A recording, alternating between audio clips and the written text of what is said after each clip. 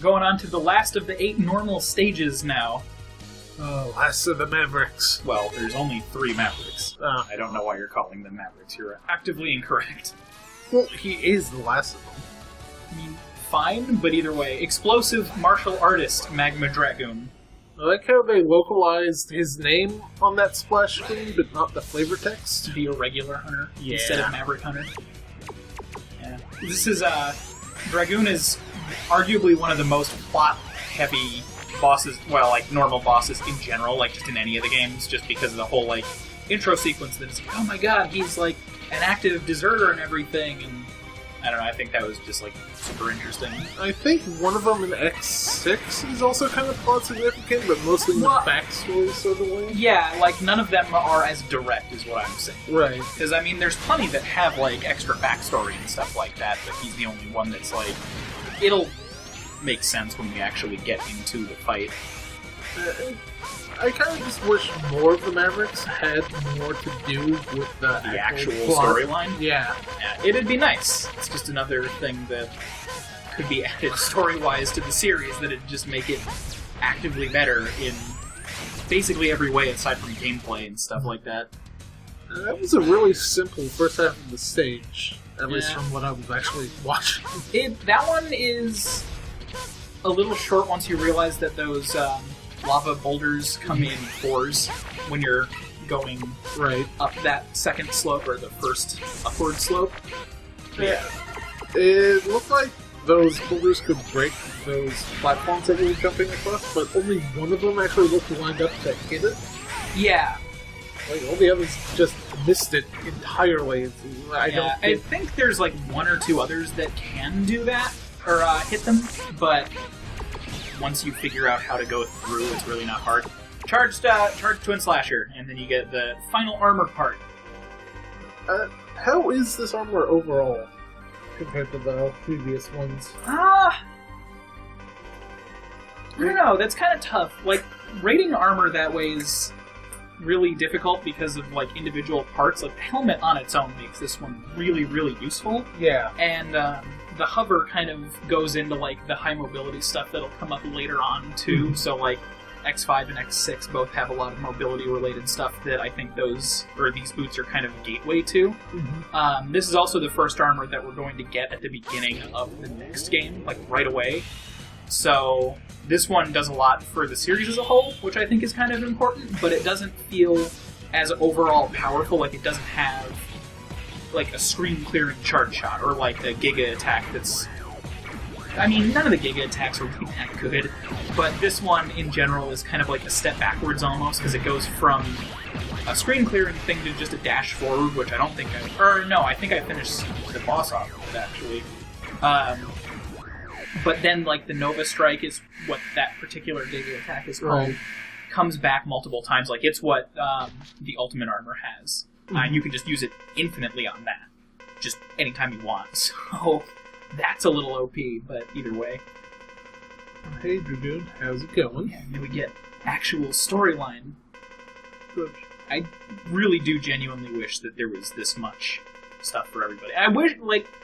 I feel like this would benefit really well, or these games would benefit really well from a story and non-story mode, kind of like what Extreme 2 does, where you go through the whole game in, like, here's all the cutscenes and story stuff, or you go through it without any cutscenes at all, so that you can either have, like, alright, I don't want to get interrupted, just fuck it, or you can get the stuff with all the actual plot stuff that I'm really interested in, so I completely forgot, I spliced in the Japanese pre-fight audio for all the bosses. Yeah, when we go into the refights, it'll be different audio as well, so there's gonna be subtitles and stuff that you've been reading this whole time. But yeah, this is also the first time you take a right arm to a boss fight. Like an actual boss fight, not a mini-boss or anything. Does it happen again? Yes. At least 2 other times. I think I remember one of them, but I don't... I could mention them, but I don't want to spoil it. So it's nice that this fucker has the Shotokan thing. Yeah, he's basically just a giant Street Fighter reference. He's actually actively saying things like Hadoken and Shoryuken. It's kind of irritating, in my opinion, actually. I don't want that, but whatever. Yeah, so we go into more actual plot now. And I still get bent out of shape about people that are like, X is so pacifist, I don't want to fight at all, everything is the worst, sadness, because it's like, right here he's showing like, God, that was a waste, like, you shouldn't have done that, we fought and now you're dead. It's like, he's remorseful and hesitant, but he's not like, I don't want to the whole time, like, he still does what he needs to do, and everybody makes it sound like he just doesn't. The only time that that's the case is in 7, and 7's just actively bad, so it's a bad example. There's also the fact that Dragoon's whole deal was he exploded an entire city just to have a sparring match with X. Yeah, exactly. Which, oh my god. You literally could just be like, hey, do you want to do this? And X might not have wanted to, but if it was for, like, training purposes, it is a game from Japan, so... From Japan, so probably sparring matches would be okay, but whatever. It's just not well thought out from anybody's perspective. God damn it, Dragoon. Mm-hmm.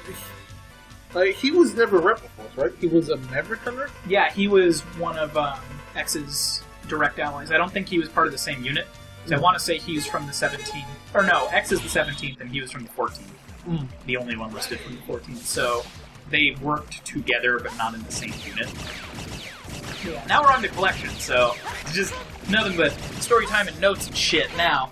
So, this particular collection item is one of my least favorites in the series, because it is all the way at the end, and like there's pretty much no chance that you would come into this stage with Rising Fire.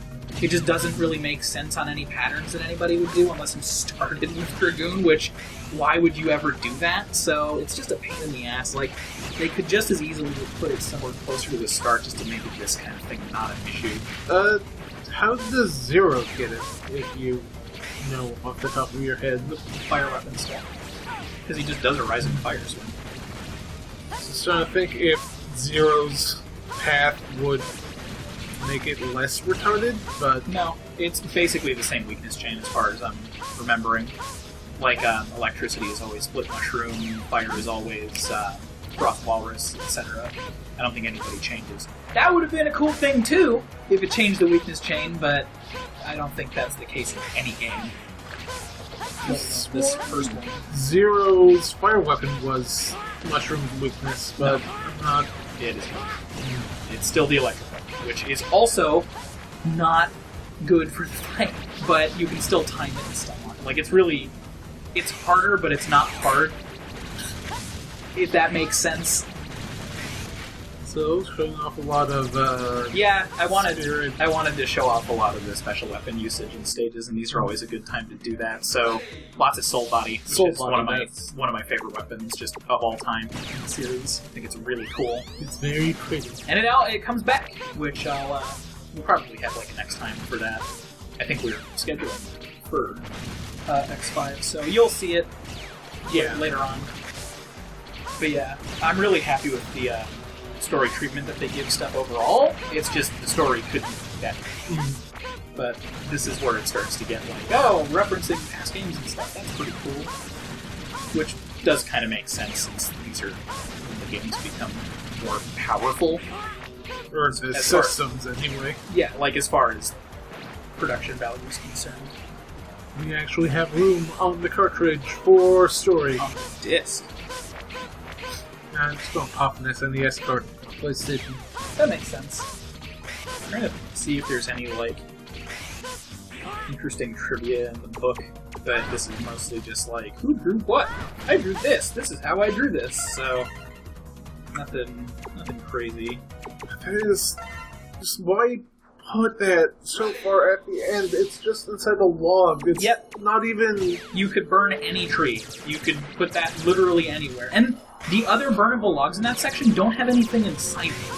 So it's not even like, oh man, here's this thing that like the stage has been leading up to. It's just like, there's two in front of it, way at the end of the stage, and the other ones are completely pointless. It's like, why though? Like, this is just lazy. And good. So I think we just picked up an item? Yeah, it was a heart tank.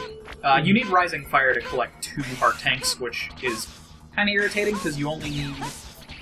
Well, actually, it's not true. You need like to collect a lot of stuff, and you get that earlier pretty naturally. Like, I actually used to start with Web Spider, so I had access to that right away, so theoretically I could collect more than half of the items in the game without even fighting any of the other bosses if I just wanted to, like, die and restart stages and stuff. But Rising Fire is a lot less intuitive. Like, it makes sense from a collection standpoint, like, Right. burn through things and it's above you, but, like, that's the only one that's put in a good spot.